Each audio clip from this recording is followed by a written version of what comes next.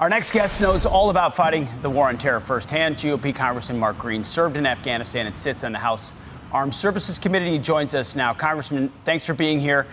17 American hostages is a big number in the middle of a war zone. What should we be doing, and what will Israel be doing? Well, first we have to identify where they are. And by the way, thanks for having me on the show. That's going to take ground intelligence, signals intelligence. Once we find where they are, you got to build sort of the operational tactical plan and then execute a hostage rescue. It's the hardest thing to do. And in Gaza, it's exponentially harder. This is going to be a very tough mission, but we have to go get them. I agree with your comment, too, there at the end of the little segment you played on the president. We need to be much stronger. Return them within 72 hours, or we will go to war with Hamas and destroy every one of them, too. We'll join Israel directly. They cannot hold Americans. That cannot be tolerated. I agree with you, Congressman, on that point. It's really important that we let everyone know that American citizens will not be used in this manner. However, how concerned are you about this conflict expanding beyond what we're seeing right now, which is horrible enough, and the involvement potentially of the United States? How important is it that we not get to that point? Well, very clearly the Northern Front is a big concern with Hezbollah, and in Syria, there are Iranian forces that support the Syrian government, the current president there. So we do have to be concerned. But Iran does not want to push Saudi Arabia any closer to Israel and this Sunni Shia axis that has sort of developed, this bipolar axis in the Middle East. Iran has to be very, very careful about that. So I'm not sure, I'm not as convinced that that's going to happen. But it kind of all depends on how it plays out in Gaza. If Israel gets significantly weakened, they may take advantage of it.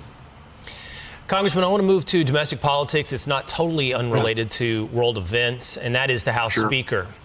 Steve Scalise has withdrawn his name from the race for House Speaker. Jim Jordan has been put up, but he seems to be far short of the necessary votes at this moment, at least. What do you anticipate? There's other names that are also being suggested and thrown around out there as well. When and who will be House Speaker? Well, when, I think Monday, we'll know a lot more. Jim has been working very hard to meet with the 55, I think it is, that have said they're a no vote for him. And Speaker McCarthy put his thumb on the scales pretty significantly in the meeting when he said Jim Jordan will be our next speaker. We're going to work it out over the weekend, and we'll see you on Monday. So I anticipate that a lot of the holdouts will join pretty quickly. There'll be a few. It's all going to come down to whipping those last votes. And if that doesn't happen, there'll be another round. And I know in that next round, there's a pretty large group of folks that have all said they're interested. Right.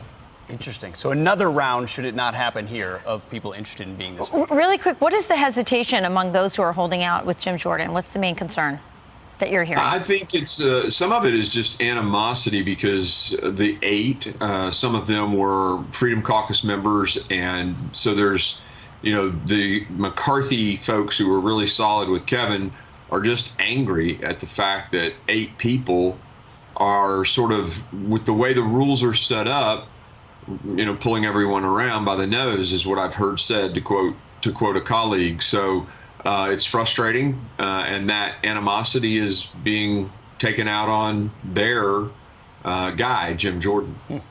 Can't minimize the interpersonal side of this whole thing. Super important. Congressman Mark Green, thanks for your service.